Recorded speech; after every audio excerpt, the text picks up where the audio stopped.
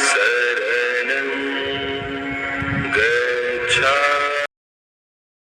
सम्मानित साथियों, नमो बुद्धाय, जय भीम। आज के अम्बेडकर संदेश में आपका हार्दिक स्वागत है। आज के अम्बेडकर संदेश में हम बात करेंगे महाराष्ट्र और महाराष्ट्र से संबंधित समस्याएं तथा उनके समाधानों की। बाबा साहब ने समाधान सुझाए हैं। राज्य पुनर्गठन आयोग का गठन किया गया, तो राज्यों के पुनर्गठन करते हुए राज्य पुनर्गठन आयोग ने जो तस्वीर प्रस्तुत की, उसमें महाराष्ट्र क्षेत्र को एक राज्य के रूप में दिया गया और उन्होंने एक कॉन्सेप्ट अप्लाई किया, एक भाषा एक राज्य। तो सम्मानित साथियों, आज के अंबेडकर संदेश में हम ये जानेंगे कि बाबा साहब का इस संबंध में क्या सुझाव है। पिछले कई अंबेडकर संदेश से लगातार हम लोग ये बात जानने की कोशिश कर रहे हैं कि महाराष्ट्र के बारे में बाबा साहब ने जो समस्याएं बताई हैं, उन समस्याओं का क्या समाधान सुझाया है। इस संबंध में यहाँ पर महाराष्ट्र जब राज्य पुनर्गठन आयोग ने एक तस्वीर, एक मैप बना दिया कि इस तरह से इन राज्यों में ये क्षेत्र रहेंगे, महाराष्ट्र के बारे में भी प्रस्तुत कर दिया, मैप प्रस्तुत कर दिया। तो मानचित्र के अकॉर्डिंग जो कंडीशन निकल कर आई, उसी पर बाबा साहब अपना सुझाव प्रस्तुत करते हैं 1955 में। सामान्य साथियों, हालांकि बाबा साहब के इस सुझाव को मुझे लगता माना नहीं गया। माना गया होता तो महाराष्ट्र जो वर्तमान में है उसके 4 राज्य होते, 4 खंड होते। आज के डेट में बाबा साहब के सुझाव को नहीं माना गया, लेकिन हम सभी को अम्बेडकरवादी होने के नाते, बुद्धवादी होने के नाते ये जानना चाहिए कि बाबा साहब ने आखिर महाराष्ट्र के बारे में किस तरह के सुझाव दिए थे और किन किन समस्याओं को इंगित किया, उन समस्याओं के प्रति क्या समाधान बाबा साहब देते हैं। अगर जो साथी अम्बेडकरवादी हैं, महाराष्ट्र से बिलोंग करते हैं, तो उन्हें तो जरूर अम्बेडकर संदेश को वाच करना चाहिए, क्योंकि उनको अपने राज्य के बारे में और बाबा साहब की विचारधारा के बारे में महत्वपूर्ण जानकारी मिलने वाली है। क्योंकि पूरे भारत देश का राज्य, भारत देश में ही महाराष्ट्र है, कोई दूसरे देश में तो है नहीं। अगर अपने देश से प्रेम करते हैं तो स्वाभाविक है देश के सभी राज्यों से आप प्रेम करते हैं, तो महाराष्ट्र से क्यों नहीं करते। तो महाराष्ट्र से भी अगर आप प्रेम करते हैं तो महाराष्ट्र के बारे में खास जानकारी अम्बेडकर संदेश में आपको मिलने वाली है। अंत तक जरूर वाच कीजिए। इसी अनुरोध के साथ आज के अम्बेडकर संदेश शुरू करने से पहले हम आपको बता दें, पास्टर डॉक्टर अम्बेडकर संपूर्ण वाङ्मय खंड 1 से ये महत्वपूर्ण जानकारी हम आप तक पहुंचाने की कोशिश कर रहे हैं, पेज नंबर 186 से लेकर 188 तक, जिसमें खोए हुए क्षेत्र की पुनर्प्राप्ति, यानी कि आयोग के द्वारा जो प्रस्तुत की गई तस्वीर, उसमें कुछ क्षेत्र ऐसे थे जो महाराष्ट्र में आने चाहिए लेकिन वो दूसरे राज्यों में चले गए। उनको कैसे प्राप्त किया जा सकता है, समस्या के सिद्धांतों का सारांश भी आज जानेंगे बाबा साहब के शब्दों में। बाबा साहब ने ही सारांश को प्रस्तुत किया है। तो आइए अब शुरू करते हैं। बाबा साहब लिखते हैं कि क्या सभी मराठी भाषी लोगों को एक ही राज्य में ठूंस दिया जाए।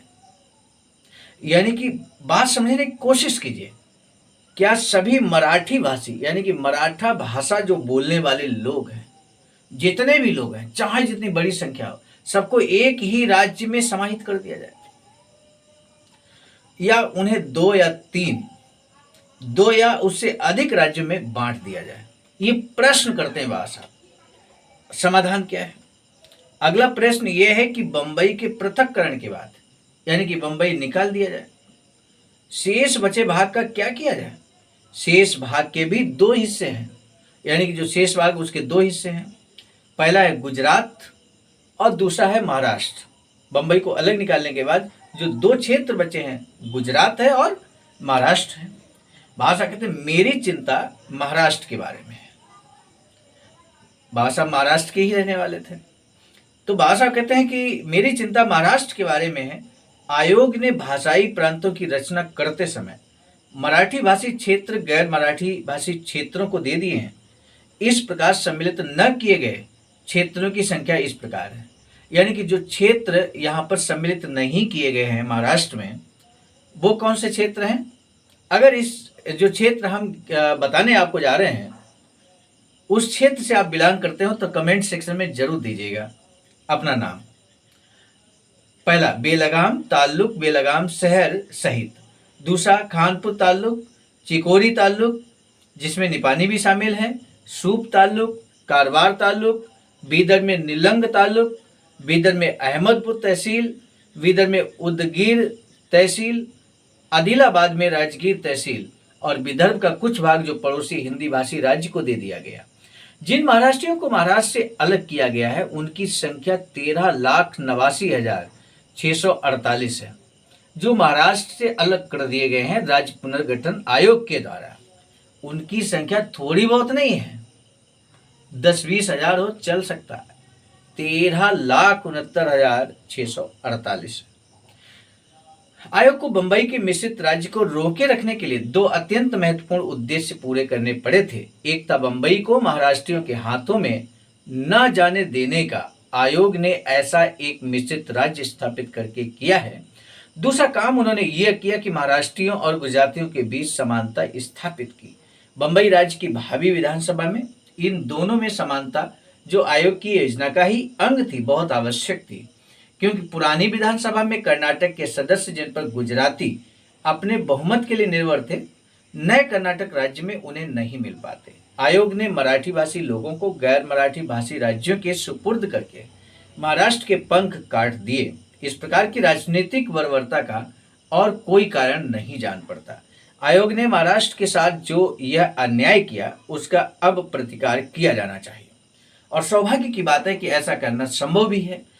मिश्रित राज्य के प्रस्ताव की अब कोई प्रासंगिकता नहीं है, न ही महाराष्ट्रियों और गुजरातियों के बीच समानता आवश्यक रही है। समस्या के सिद्धांतों का सारांश। पाठक की सुविधा के लिए बाबा साहब कहते हैं कि मैं नीचे उन सिद्धांतों का सार प्रस्तुत कर रहा हूं जो भाषाई राज्यों की रचना के मूल में होने चाहिए। उनका पिछले पृष्ठों में उल्लेख हो चुका है, लेकिन वे बिखरे हुए हैं।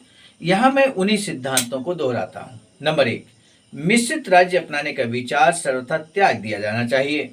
नंबर 2, प्रत्येक राज्य एक भाषी होना चाहिए, अर्थात एक राज्य एक भाषा। तीसरा, एक राज्य एक भाषा के फार्मूले को एक भाषा एक राज्य से गड्ढमड्ढ नहीं करना चाहिए। बात को समझने की कोशिश कीजिए। एक कॉन्सेप्ट है बाबा साहब का और एक है राज्य पुनर्गठन आयोग का। बाबा साहब कहते हैं एक राज्य एक भाषा, यानी कि एक पूरा स्टेट हो और एक भाषा वहां बोली जाए, का फार्मूले को एक भाषा एक राज्य से गड्ढमड्ढ नहीं करना चाहिए। अब जैसे हिंदी भाषी बोलने वाले 6 लाख लोग हैं, मान लीजिए कि 6 लाख, और हमें 1 लाख का एक राज्य बनाना है। फॉर एग्जाम्पल के 6 करोड़ मान लीजिए, बड़ी संख्या मान लीजिए, 6 करोड़ जनसंख्या है एक राज्य की जो हिंदी भाषी लोग हैं। बाबा साहब के अकॉर्डिंग एक राज्य एक भाषा का फार्मूला रहना चाहिए, यानी कि एक राज्य बनाइए, उसमें 1 करोड़ लोग समाहित कर दीजिए।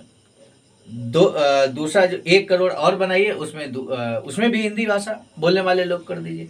इस तरह 6 राज्य बना दीजिए और 6 राज्यों में हिंदी भाषी लोग रहेंगे। तो ये कॉन्सेप्ट हुआ एक राज्य एक भाषा। लेकिन राज्य पुनर्गठन आयोग ने जो तस्वीर प्रस्तुत की है, एक राज्य एक भाषा एक राज्य, यानी कि अगर हिंदी बोलने वाले चाहे वो 6 करोड़ लोग हों चाहे 10 करोड़ लोग हों, सभी को एक राज्य में समाहित कर दिया जाए। बाबा साहब के अकॉर्डिंग क्या एक भाषा बोलने वाले लोग चाहे बड़ी संख्या में, उनको एक ही राज्य में क्या ठूस दिया जाएगा? इस तरह से बाबा साहब कहते हैं मराठी भाषी लोगों के लिए। तो यहाँ पर इस बात को समझना है, सारांश निकल कर ये आया कि एक राज्य एक भाषा के फार्मूले को एक भाषा एक राज्य से गड्ढमड्ढ नहीं करना चाहिए। एक भाषा एक राज्य के फार्मूले का अर्थ यह है कि सभी लोग जो एक भाषा बोलते हैं, सभी लोग जो एक भाषा बोलते हैं, एक ही शासन के अधीन रखे जाएं, चाहे क्षेत्रफल, जनसंख्या और उस भाषा के बोलने वालों की परिस्थितियों में कितनी ही भिन्नता क्यों ना हो। बंबई को शामिल करके एक संयुक्त महाराष्ट्र का निर्माण करने के लिए किए गए आंदोलन के मूल में यही विचार निहित है। यह एक बेतुका फार्मूला है जिसकी कोई मिसाल नहीं मिलती। इसका परित्याग किया जाना चाहिए। एक ही भाषा बोलने वाले लोगों को एक से अधिक राज्यों में बांटा जा सकता है, जैसा कि संसार के अन्य भागों में किया जाता है। एक ही भाषा बोलने वाले लोगों को कितने राज्यों में बांटा जाए, यह इन बातों पर निर्भर करेगा। यानी कि एक ही भाषा बोलने वाले लोगों को कितने राज्यों में विभक्त कर दिया जाए। तो उसके मानक बाबा साहब बताते हैं, कहते हैं नंबर 1 बात ध्यान रखना है, कारगर प्रशासन की अपेक्षाएं। कारगर प्रशासन हो सके इतनी जनसंख्या और ये सारी चीज़ों का ध्यान रखना जरूरी है।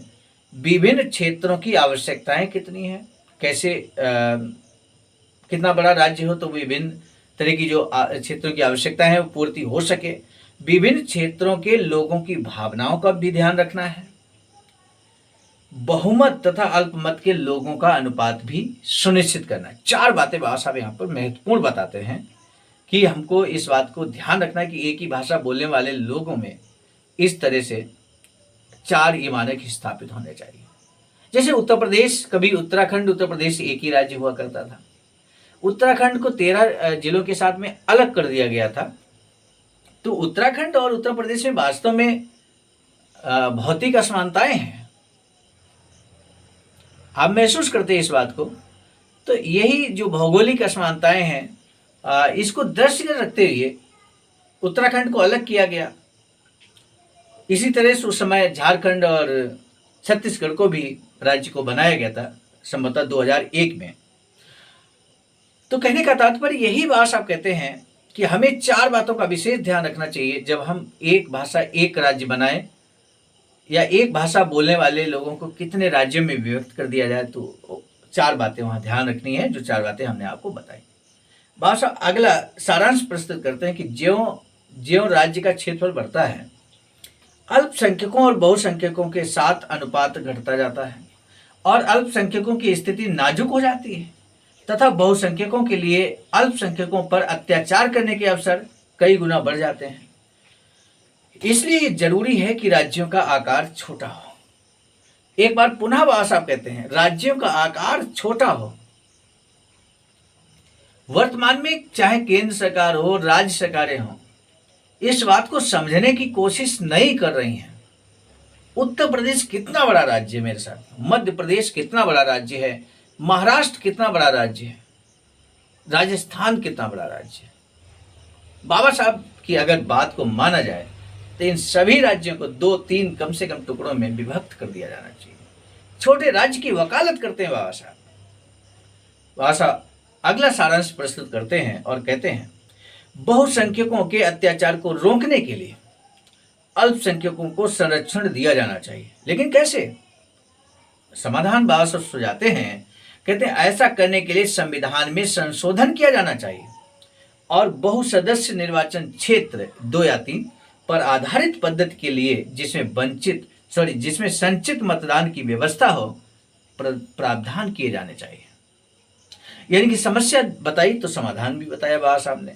सारांश आज के अम्बेडकर संदेश में कि महाराष्ट्र के राज्यों को किस तरह से विभक्त किया जाए, महाराष्ट्र को कितने राज्यों में विभक्त किया जाए, ये तो पिछले अम्बेडकर संदेश में जिक्र हुआ। लेकिन जो बात बाबा साहब यहाँ पर अपने लेख के माध्यम से कह रहे थे तो उसको सारांश के रूप में यहाँ प्रस्तुत किया गया। आज के अम्बेडकर संदेश को यहीं पर रोकेंगे, लेकिन एक महत्वपूर्ण प्रश्न है। महत्वपूर्ण प्रश्न ये है कि एक भाषा एक राज्य के फार्मूले का अर्थ क्या है। एक भाषा एक राज्य, एक भाषा एक राज्य के फार्मूले का क्या अर्थ है, जिसको अप्लाई किया था राज्य पुनर्गठन आयोग ने।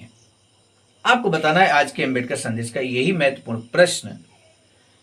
संक्षेप में भी बता सकते हैं आप, हालांकि थोड़ा लंबा है इस प्रश्न का जवाब, लेकिन संक्षेप में भी आप बताने की कोशिश कर सकते हैं।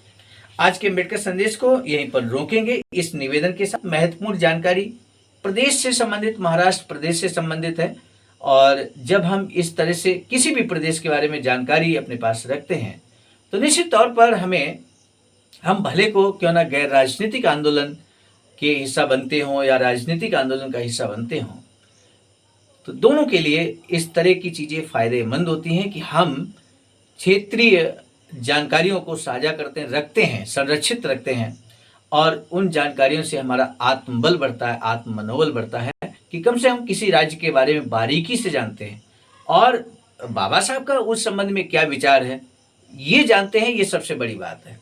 इसलिए अम्बेडकर संदेश में इस समय राज्यों की बात हो रही है, एक भाषा एक राज्य की बात हो रही है, एक भाषा के आधार पर राज्यों का पुनर्गठन की बात हो रही है। दो अंबेडकर संदेश के जरिए ये चैप्टर समापन होगा। अगले आने वाले 2 अंबेडकर संदेश और हम आपके समक्ष रखेंगे। आज के अंबेडकर संदेश को यहीं पर रोकने की दीजिए इजाजत। मिलेंगे नए अंबेडकर संदेश में। आप सभी को सादर नमो बुद्धाय। जय भीम।